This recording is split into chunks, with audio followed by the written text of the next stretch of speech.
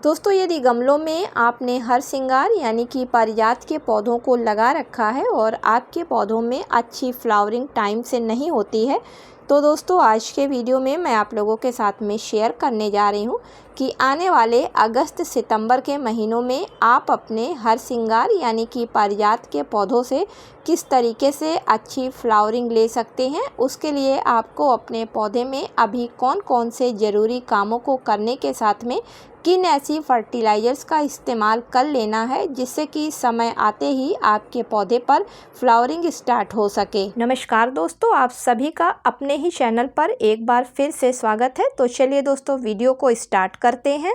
हर सिंगार के पौधे पर फूल ना आने की 3 मेन वजह होती हैं। पहली वजह होती है कि पौधे को बहुत अधिक देर की धूप दिखाना अगर पौधा आपका गमले में लगा हुआ है।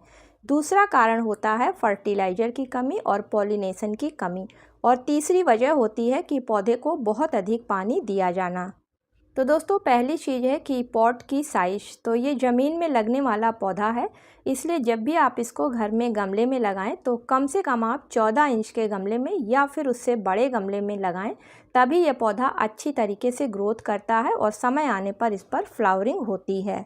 अगली चीज़ है, हर सिंगार के पौधे को 4 से 5 घंटे की धूप की ज़रूरत पड़ती है, क्योंकि दोस्तों इतनी देर की धूप में ये पौधा अच्छी तरीके से ग्रोथ करता है। और अगर इसे 7 से 8 घंटे की धूप दिखा दी जाती है और जब 40 डिग्री के ऊपर टेम्परेचर जाने लगता है, उस समय अगर इसको खुले में रखा जाता है तो इस पौधे की पत्तियां जलने लगती हैं और आगे चलकर पौधा भी खराब हो जाता है। अगली चीज़ है, अगर इसके लिए पानी की बात करें तो दोस्तों इस पौधे को बिल्कुल भी रुका हुआ पानी पसंद नहीं है, यानी कि गमले में पानी बिल्कुल भी रुकना नहीं चाहिए।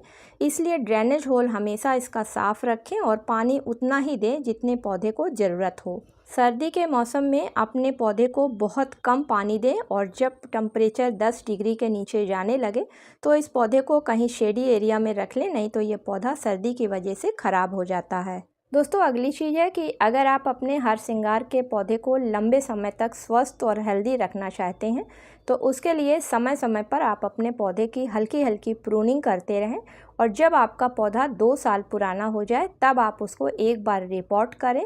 और रिपोर्ट करने के बाद में आप उसको जिस साइज़ के गमले में अभी तक आपका पौधा लगा था उससे बड़े साइज़ के गमले में लगाएं, तो आपका पौधा काफ़ी अच्छी तरीके से सीजन आने पर फ्लावरिंग करेगा। चलिए दोस्तों फर्टिलाइज़र की बात करते हैं, लेकिन किसी भी फर्टिलाइज़र को किसी भी पौधे पर देने से पहले उस पौधे के गमले की मिट्टी में कुछ काम करने काफ़ी ज़रूरी होते हैं।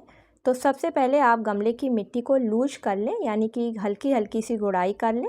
किसी भी तरीके के अगर खरपतवार हो तो उसको मिट्टी से हटा दें, जिससे कि जब आप फर्टिलाइज़र डालें तो उसका सीधा असर आपके पौधे को पहुंच सके और खरपतवार ना ले सकें। अब दोस्तों खाद के रूप में सबसे पहले आपको वर्मी कंपोस्ट खाद लेना है, क्योंकि किसी भी पौधे को जब एक से अधिक फर्टिलाइज़र दी जाती है तो बेस फर्टिलाइज़र के रूप में वर्मी कंपोस्ट या फिर काऊ डंग मैन्योर को लेना काफ़ी ज़रूरी होता है।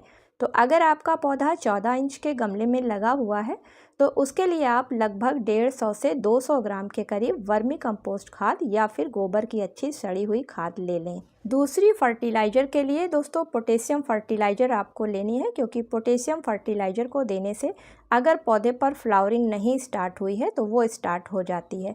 तो एक छोटा चाय का चम्मच पोटेशियम फर्टिलाइज़र को इसी फर्टिलाइज़र में मिला लें। तीसरी फर्टिलाइज़र के रूप में आप आधा चम्मच कैल्शियम पाउडर को ले लें। तो दोस्तों कैल्शियम पाउडर के रूप में आप अंडों के छिलकों की बनी हुई फर्टिलाइज़र ले सकते हैं, कैल्शियम पाउडर ले सकते हैं, और अगर ये दोनों चीज़ आपके पास नहीं है तो आप रॉक फॉस्फेट का भी इस्तेमाल कर सकते हैं। और अगर आपके पास रॉक फॉस्फेट भी नहीं है तो बच्चों की लिखने वाली चौक का भी इस्तेमाल कर सकते हैं। चौथी फर्टिलाइज़र के रूप में आपको सीवीड ग्रेन्यूल्स के दानों को लेना होगा, क्योंकि दोस्तों इसमें वो सभी माइक्रो न्यूट्रिएंट्स पाए जाते हैं जो मेजर फर्टिलाइज़र में नहीं पाए जाते हैं। और जब माइक्रो न्यूट्रिएंट्स ही पौधे को पूरी तरीके से मिलते हैं तो उस पौधे की ग्रोथ अच्छी तरीके से होती है और उस पर फ्लावरिंग भी अच्छी निकल कर आती है। तो इतनी फर्टिलाइज़र के लिए आप 1 चाय का चम्मच सीवीड ग्रेन्यूल्स के दानों को इसी फर्टिलाइज़र में मिला लें। अब चारों फर्टिलाइज़र को अच्छी तरीके से आपस में मिला लें। तो दोस्तों इस बनी हुई फर्टिलाइज़र में नाइट्रोजन है, फास्फोरस है, पोटेशियम है। पोटेशियम इसमें सबसे अधिक है क्योंकि कैल्शियम पाउडर को छोड़कर तीनों ही फर्टिलाइज़र में पोटेशियम अच्छी मात्रा में पाया जाता है। और जब पौधे को ये फर्टिलाइज़र दी जाएगी तो पौधे पर फ्लावरिंग बहुत जल्दी, अगर अभी नहीं स्टार्ट हुई है तो कलियाँ बननी शुरू हो जाएंगी। अब गुड़ाई करी हुई मिट्टी में चारों तरफ धीरे धीरे करके मिला दें। और अगर आपके गमले की मिट्टी सूखी हुई है तो ऊपर से आप पानी डाल दें। लेकिन दोस्तों इस समय सभी तरफ बरसात हो रही है तो आप इस फर्टिलाइज़र को डालकर ऊपर से पानी ना डालें। जब आपके गमले की मिट्टी सूख जाए तभी आप ऊपर से पानी डालें। तो इन फर्टिलाइज़र्स का आप महीने में एक बार दोस्तों इस्तेमाल करें। इसके अलावा आप पौधे पर एप्सम सॉल्ट का भी हफ्ते में एक बार ज़रूर स्प्रे करें। तो दोस्तों रिजल्ट के रूप में आप देखेंगे कि आपके पौधे पर बहुत जल्दी कलियां बननी स्टार्ट हो गई हैं। तो दोस्तों उम्मीद करती हूँ कि आज का वीडियो आप लोगों को पसंद आया होगा। यदि पसंद आया हो तो इसे लाइक और शेयर करें। और चैनल पर पहली बार विजिट कर रहे हैं, वीडियो पसंद आ रहा है तो चैनल को सब्सक्राइब करें। मिलती हूँ किसी अगले वीडियो में किसी नई जानकारी के साथ में। तब तक के लिए दोस्तों हैप्पी गार्डनिंग।